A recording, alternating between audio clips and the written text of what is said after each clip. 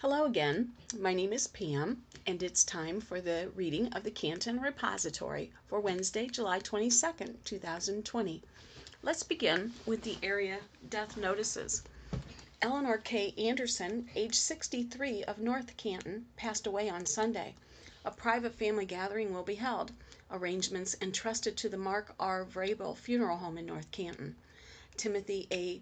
Beistel, age 79, of Canton, passed away on Saturday on his 58th wedding anniversary. A private graveside service for the family will be Friday, 1:30 p.m. at St. Jacob's Cemetery, Arnold, Hartville. Leroy Frederick Copeland, 51, of Canton, passed away unexpectedly on July 15th. Reed Funeral Home, Canton Chapel. Betty Jean Demando. Friends and family may call on Wednesday from 5 to 7 p.m. at Paquillette Funeral Home in Massillon. Continuing with COVID-19 precautions, all attending will be asked to follow proper social distancing protocols of 6 feet, and masks are also strongly encouraged. If you are not feeling well, or if you have a compromised immune system, you are encouraged to stay home. Donna M. Burkhart Finley, 86, of Massillon, passed away on Monday. With social distancing guidelines in place, the family will receive friends on Friday at Reed Funeral Home, Canton Chapel, from 5 to 7 p.m. Ralph Fox, from 1940 to July 17, 2020, formerly of Canton. No local services are listed. Baldwin Brothers Funeral and Cremation in Fort Myers. Richard D. Harbaugh, also known as Dick, 86, of Canal Fulton, passed away on Monday. Funeral services will be held Friday, 10 a.m. at the Swigert Easterling Funeral Home in Canal Fulton. Burial at Canal Fulton Cemetery. Calling hours Thursday, 6 p.m. to 8 p.m. at the funeral home. Alta M. Kennedy Jarvis, known as Baba Bubs by her closest family, passed away July 19th in Altman Woodland Compassionate Care Center at the age of 89. Private family services were held. Rossi Funeral Home. Philip D. Kohler, or Phil, age 76, of Navarre, passed away July 20th. A Mass of Christian burial will be held on Saturday at 11 a.m. at Holy Family Parish in Navarre. The family will receive friends at the church from 10 a.m. until the time of service. Continuing with COVID-19 precautions, all attending will be asked to follow proper social distancing protocols, and masks are required. If you are not feeling well, or if you have a compromised immune system, you are encouraged to stay home. If you are not able to attend, the family understands that you will be with them in spirit. Paquillette Funeral Home and Crematory. Irma Ann, or Amy, Melson, 94, a resident of Altar Care of Country Lawn, formerly of the Brewster area, went to be with her Lord July 18, 2020, following a period of declining health. Interment will be made in Rose Hill Cemetery in Massillon. Lancer Funeral Home. Patricia Ann Swagger, age 77, of Canton, passed away on Monday. There are no calling hours or services. Private burial will be held at a later date. Arrangements entrusted to the Mark R. Vrabel Funeral Home in North Canton. David Allen Taylor passed away. Services will be announced at a later date. Roden. Jack, or Tony Tirabassi, age 89, of Waynesburg, passed away Sunday. Private family services will be held Thursday in the Fine Frock Gordon Funeral Home. Live streaming will begin at 10:45 a.m. A public committal service will be held in Sandy Valley Cemetery after the service at approximately 12 noon. Please wear masks and observe social distancing. There will be no calling hours. Robert L. Trout, 42, of Canton, passed away unexpectedly on Saturday. With social distancing guidelines in place, the family will receive friends on Wednesday at Reed Funeral Home, Canton Chapel, from 6 p.m. to 8 p.m. A private service will be held for the family on Thursday. Reed Funeral Home assisting. Mark H. Wineland, 61, of New Philadelphia, passed away peacefully Saturday, July 18th, in his home surrounded by his loving family. A memorial service for Mark will be held Thursday at 6:30 p.m. in the Lynn Hurt Geib Funeral Home at New Philadelphia. The family will be receiving friends from Thursday from 4:30 to 6:30 p.m. Linda D. Young, age 76, of the Canton South, East Sparta, and Bolivar areas, passed away the night of July 17th at Altman Compassionate Care after a short struggle with pancreatic cancer. Friends and family will be received Thursday from 6 to 8 p.m. in the Cry-Bon Sanders Funeral Home, where social distancing and CDC guidelines will be followed. All other services will be private. And that ends the area deaths for today. So let's move on to our first article. Canton man accused of stabbing police officer with garden shears by Lori Steineck. His bulletproof vest was ripped open, according to court records. In Canton, a southwest Canton man is accused of stabbing a city police officer with a pair of garden shears. James R. Galantine, 40, of Waltham Place Southwest, was arrested at 1 p.m. Monday at the Canton Police Department on felony vandalism and felonious assault warrants, according to Stark County Court records.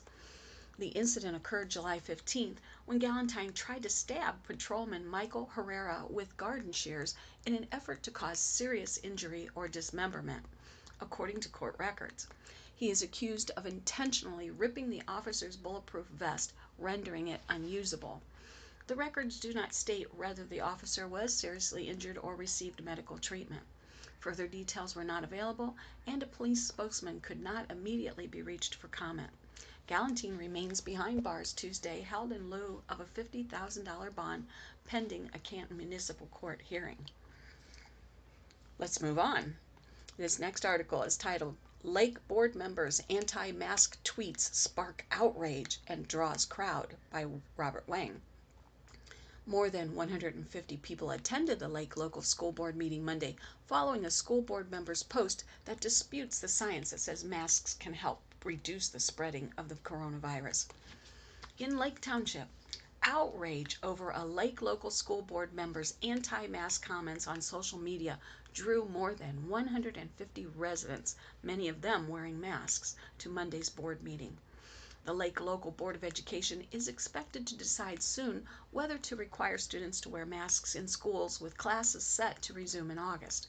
The board did not make a decision on its back-to-school plan Monday night. Of the nearly 10 people who spoke within the board's 30-minute allotment for public participation, they all said they favored masks for students and teachers. One person asked that everyone take a step back and pause so the board could get this right. Another person said the board's job was to educate students and serve the community. One person offered that COVID-19 is the enemy. There were many sitting and standing in the cafetorium at Lake Elementary holding up signs to keep our kids and teachers safe.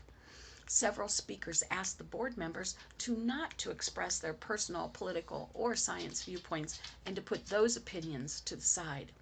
They were referring to recent social media messages posted by board member Derek Bailey.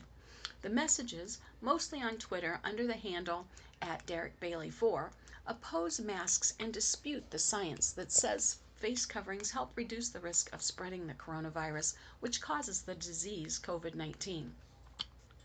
While Bailey did not return a message from the Canton Repository to confirm the authenticity of the Twitter account, the person behind the @DerekBailey4 account identified himself as Bailey, a local real estate agent, and provided a phone number that matches the number listed for Bailey on Lake's local website. Bailey did not attend Monday's board meeting. Superintendent supports masks.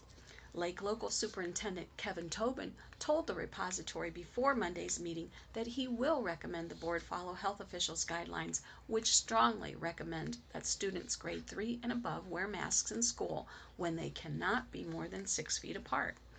The Ohio Department of Health is already generally requiring all school staff to wear masks. As a superintendent, I support what the Ohio Department of Health has put out there.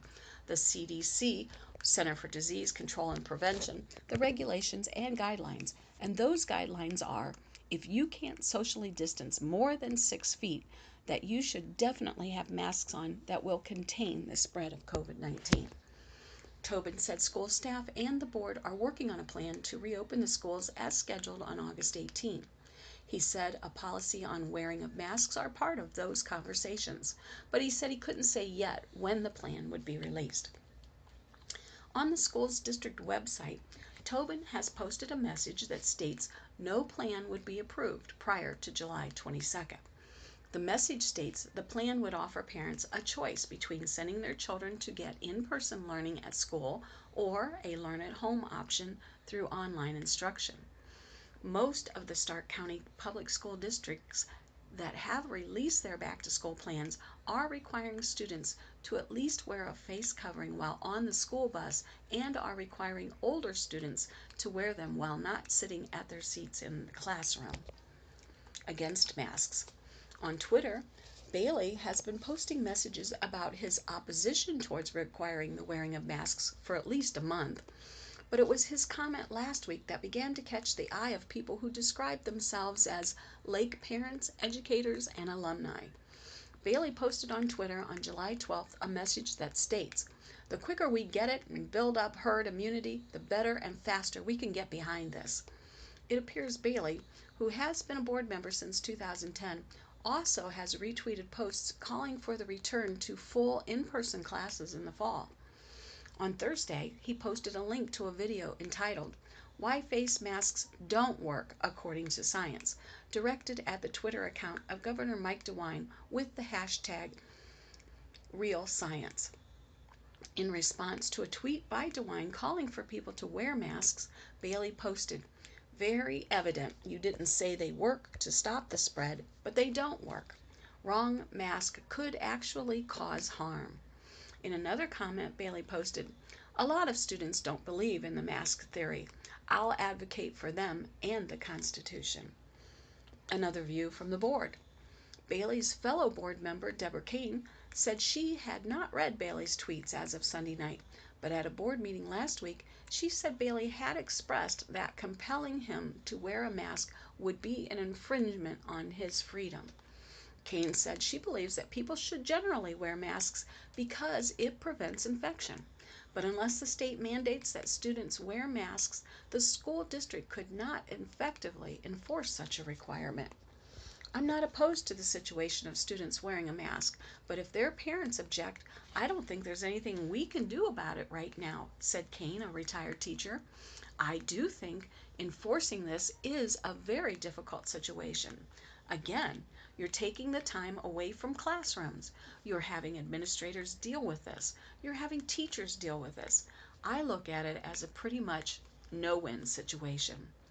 Kane added, "If we get to the point where everybody has to wear a mask, maybe this outbreak has become so serious we really have to look at, are we really serving our kids best by teaching them in person?" Asked about what appeared to be Bailey's tweet about mask mandates, Tobin said, "Obviously, each board member has their own opinions and philosophies and so on and so forth on such things as masks. Unfortunately, I believe that masks have become a political football in our country." He added, "The end goal is to get our kids back in school, but, as always, we have to keep not only our kids, but our staff safe." Board President reads a statement. At the end of Monday night's Public Speaks section, Board President Jenny Anderson read the following statement. "Thank you all for speaking and expressing your concerns tonight. As board members, we are charged with adopting policies for the governance of the school, its employees, and the students of the district. Our first and greatest concern must be the educational welfare of all students attending this public school. All of us sitting up here are different and have the right to express our personal opinions, but once the board has acted, we are to accept the will of the majority. We hear you and we care for all of you. I can only speak for myself, but I'm pretty confident this goes for all of us. I have listened to every voicemail, read every email and text, and talked with everyone who called me. I believe we will get through this. We trust our administration and will work with them to approve a plan that we believe is in the best interest of our district." And now let's move on to our next article. Canal Fulton seeks changes to the city charter by Joan Porter. Also, St. Helena 3 canal boat rides will prematurely end tours on August 4th due to COVID-19 impact on the finances. Tuesday, July 21st, 2020. Uh, Key action. Held a first reading on a resolution to ask voters to approve changes to the city charter at this year's general election. Discussion. Council scheduled a special meeting for July 29th to make any amendments to the resolution after further discussion with the Charter Review Commission chairman due to the Stark County August 5th deadline to put issues on the November 3rd ballot. A vote is likely after any changes are made. Law Director Scott Felmuth offered Council the option to wait until next year to put the charter questions before voters, but members chose to move forward to put the charter changes on this year's ballot. The resolution currently calls for changing all references for village to city, since Canal Fulton became a city after the charter was first written in 2000. Another change would require a 3/4 yes vote on emergency legislation instead of the current 2/3. 5 out of 6 council members would therefore have to approve emergency legislation instead of the current 4 out of 6. In addition, all residency requirements for city employees will be deleted. Other action. Heard good news from Finance Director William Rouse that various tax revenues were improving. He noted that city income taxes for this year so far are up 3% compared to last year at the same time. Road taxes have rebounded, emergency medical services revenue is holding steady, but utility payment collections are down a little, he said. Because of improved revenue, Rouse said he would like to lift in August the spending freeze the city has had in place because of the loss of revenue earlier this year when COVID-19 struck. We heard that the city had received a $45,000 grant from the Ohio Erie Canalway Association to restore the footbridge over the canal. The city must match half of the grant. Labor supplied by Lindsay Concrete for the project will be applied to the city's match. Heard that the St. Helena 3 canal boat will end tours on August 4th for the season. The boat has been unable to make money because of COVID-19 restrictions have limited the number of tours as well as passengers. In related business, Cozy told Council that Dan, one of 2 horses that pull the boat, is 19 and ready to retire to a good home.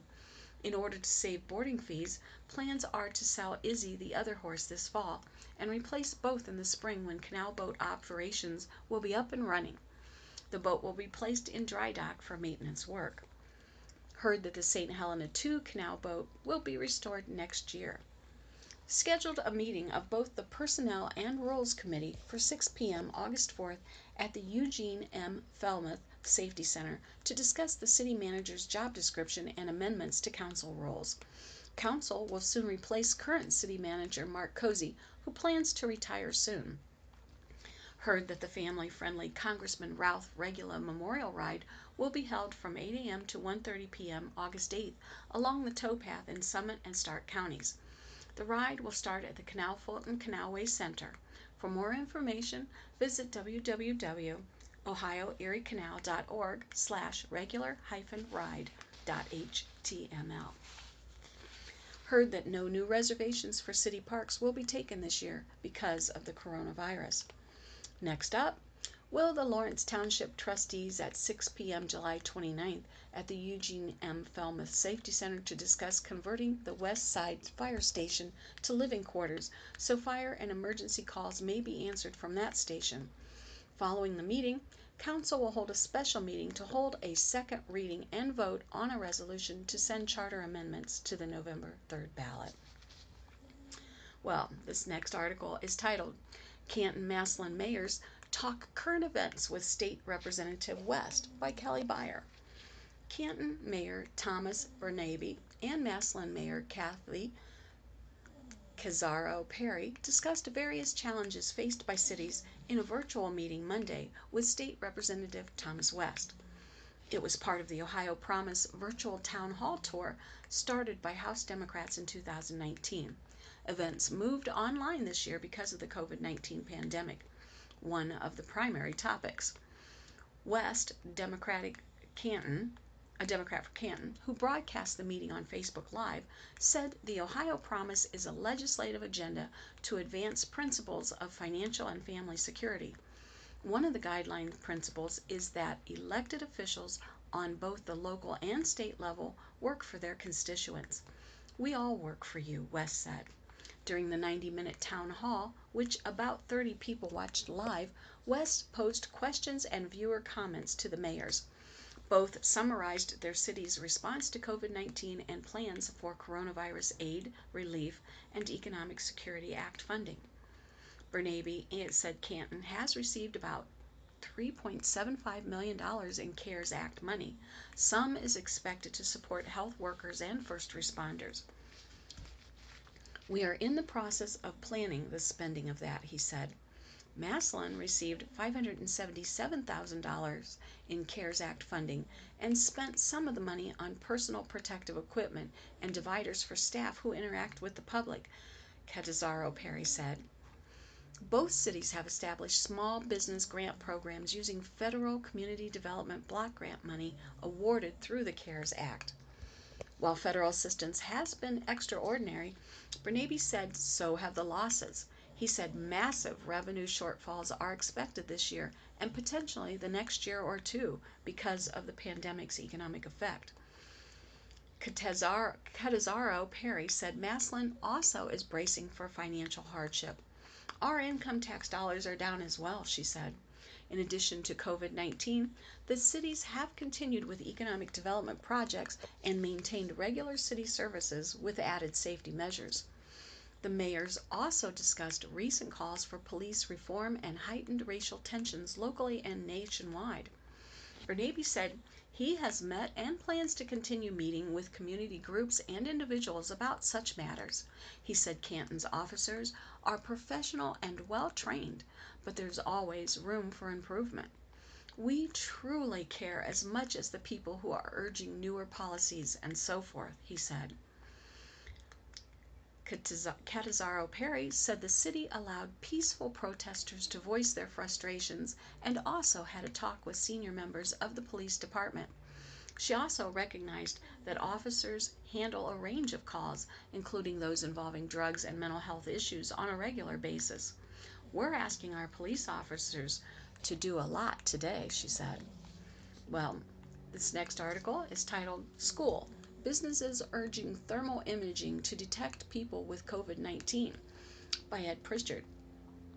A system designed by Silco that uses thermal imaging equipment is helping the Golden Key School for Exceptional Children track students, employees, and visitors with elevated temperatures.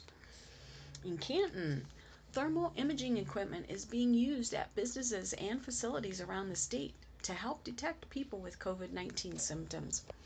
The equipment is part of a system developed by Silco Fire and Security, a Cincinnati-based company with offices in Akron. The system is being used in Canton at the Golden Key Center for Exceptional Children, a non-public charter school for children with special needs. It's also being used at Community Habilitation Services in Akron and the Cleveland Museum of Natural History. Thermal imaging cameras can detect a person with an elevated body temperature, which is a symptom of COVID-19. The cameras gauge body temperatures by focusing on a person's forehead or the side of their face. Silco officials said the accuracy rate is plus or minus 0.5 degrees. Gina Banovich, operations director at Golden Key, calls the system a perfect addition to our health and safety protocols. The system helps Golden Key staff check temperatures of students accurately and more efficiently, Banovich said. Meanwhile, students are intrigued by the equipment's design, which is similar to an iPad, she said. The system reports if someone is running a temperature of 100 degrees or higher. Golden Key already was a Silco client and received information from the company about the new system. For now, the equipment is helping Golden Key cope with the ongoing coronavirus pandemic, but the school expects to continue using the system once the pandemic is resolved. Banovich said the equipment can be incorporated into the school's security system to help with facial recognition for people permitted in the building. Terry Frank, the school's executive director, selected a system that combined traditional safety protocols with expanded health protocols. Silco President David Frazier said companies around the United States and in other countries have started using thermal imaging to give people peace of mind as they begin attending large gatherings. Systems can be used to scan employees as they enter a workplace to help ensure that if one employee is sick, that employee can be isolated so others won't come down with the illness. Frazier hopes the technology can be integrated as a protective system to promote the resumption of normal activities, including major events and activities. Silco has an office in Akron, as well as Cleveland, Columbus, and Dayton. The company has 250 employees and serves customers around Ohio, as well as in northern Kentucky and eastern Indiana. For more information about thermal imaging, visit www.silcoff.com. Peoples expands. Total Distribution, a division of Peoples Services, is expanding a materials facility that serves the Kanawha Valley area of West Virginia. Because of growing demands for specialized storage, the company has added 105,000 square feet for hazardous materials adjacent to an existing facility in Nitro, West Virginia. The facility supports several businesses in the Kanawha Valley and the Nitro community. We have long-term customers here in Nitro who have been using our services for over 30 years, and about half of the staff has been with the company for the entire time. Doug Sibilla, Peoples Services President and Chief Executive Officer, said in a press release announcing the expansion. Total Distribution began operating in the Kanawha Valley in 1983. 5 years later, it entered a warehousing agreement with Union Carbide Corporation, a division of Dow Chemical, since 2001, for a variety of commodities, and built a 150,000 square foot warehouse in Nitro. During the coronavirus pandemic, Total Distribution has helped Dow convert manufacturing to hand sanitizers, then helped the company supply first responders in West Virginia. We worked closely with our clients and organized deliveries to first responders with the National Guard, Sibilla said. Well, Lake wins JA Award. A junior achievement team from Lake High School claimed the Global Possibilities Award during the JA's virtual National Student Leadership Summit in June. Students from North Canton, Hoover, and Lake High Schools participated in the summit along with teams from 13 other schools around the country. Color Wall from Lake High and You Choose from Hoover participated in the national event after claiming top honors in junior achievement of North Central Ohio's local JA Company program competition. In the JA Company program, high school students start and operate a business enterprise with guidance from a local business volunteer. Lake students in Aja Tompot's class and working with volunteer Ken Brott founded Color Wall, while Hoover students in Mike Grady's class and working with Joe Rosa founded You Choose. Color Wall sold certified fair source tapestries along with student designed pieces to promote a community connection with fair trade products. You Choose highlighted a connection between mental health and words, selling engraved tumblers that featured an empowering word. At the end of the 3-day summit competition, Color Wall received the Global Possibilities Award presented by FedEx. The award recognizes the student company with the best business plan that shows the potential to create jobs and grow a small business with environmental sustainability. Well, next, Diebold Nixdorf refinancing. Diebold Nixdorf announced it has refinanced operations by issuing $1.1 billion in security notes. A string of transactions will help the company extend debt maturities, provide sufficient liquidity as it enters the latter stage of the DN Now transformation, and reduce expected cash interest and cash taxes for 2020, Diebold Nixdorf said. Improving financial performance and constructive relationships with vendors helped Diebold Nixdorf complete the refinancing, said Jeffrey Rutherford, Senior Vice President and Chief Financial Officer.